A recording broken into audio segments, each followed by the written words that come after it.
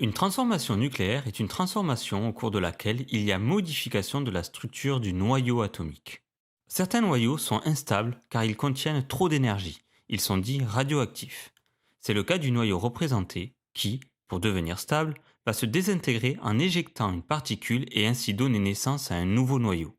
Lors de cette étape, on observe également l'émission d'un rayonnement gamma. On schématise cette transformation nucléaire en plaçant le noyau instable à gauche. Il est appelé noyau père. La flèche indique le sens de la transformation. Le nouveau noyau est appelé noyau fils. La particule, quant à elle, peut être différente suivant le type de désintégration. Pour représenter une telle transformation, on ne peut pas à chaque fois dessiner les noyaux. Ils contiennent beaucoup trop de nucléons. Mais on va utiliser l'écriture symbolique des atomes.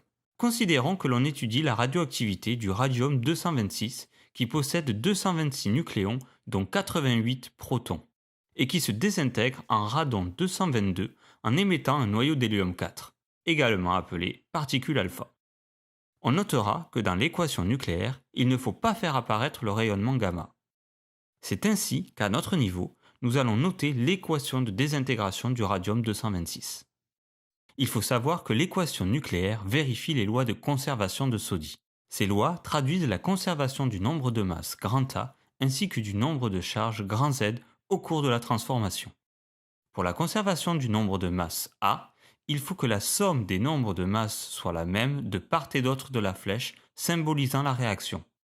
Pour la conservation du nombre de charges Z, là aussi, il faut que la somme des nombres de charges soit la même de part et d'autre de la flèche, symbolisant la réaction.